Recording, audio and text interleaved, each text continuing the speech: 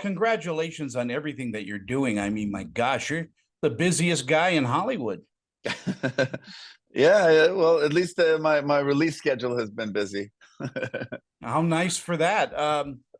I am so in love with the series For Mankind. And it speaks to my generation that, we were there when the first moon landing hit, all Yeah, of that.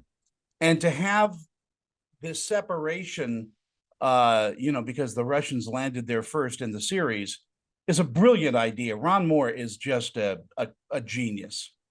yep, I agree. No, it's such sort of like a little simple change, and then we get to like envision this whole alternate timeline and this alternate universe that it becomes.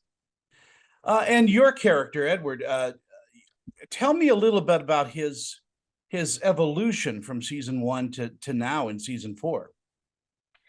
Yeah, I mean, I think what always drew me to Ed Baldwin is that, on its face, he's almost this American archetype.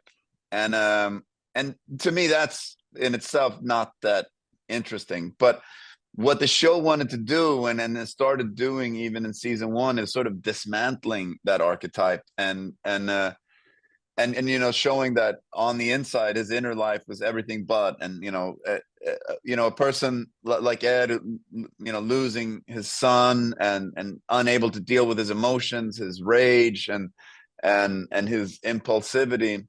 It has been a really fascinating character to follow through the years. And then, of course, like the big draw for me on this was the concept of jumping 10 years between every season and the opportunity to get to do something really unique as an actor and to get to play like a whole life, play a character over the course of decades. And that's such a unique challenge, but also opportunity.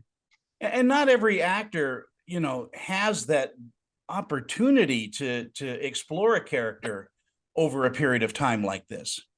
No, no. I mean, I don't think this has ever been done before.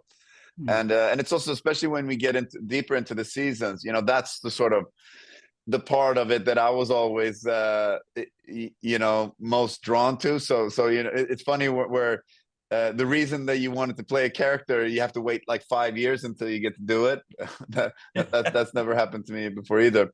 And then the reality of doing that for season four, was, I mean, it was very tough to. Usually when you're playing someone that's like over 30 years older than yourself, that's something that you do maybe in a epilogue scene of a movie, right? It's like a Yeah. few days of shooting. But here, to do that, but as a lead character over a whole season, 6 months shooting, that was really tough to Mm.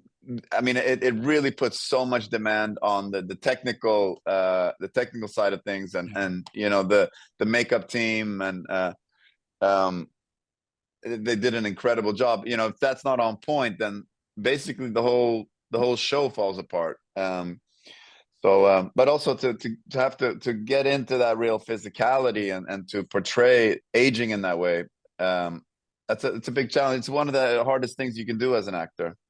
In our final seconds we have, what do you think audiences are going to be taking away from season four of For All Mankind? Well, I think they're going to get deeper into the vision and this very unique and quite extraordinary vision, and the sort of world creation that this show has done. Mm. Um, the vision keeps expanding. The show gets bigger and bigger in its scale and scope.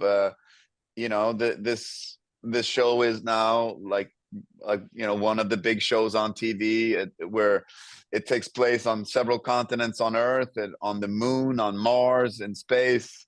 It's a grand show with big ambitions, and but that never loses track of what it's really about, and that's the relationship between these people.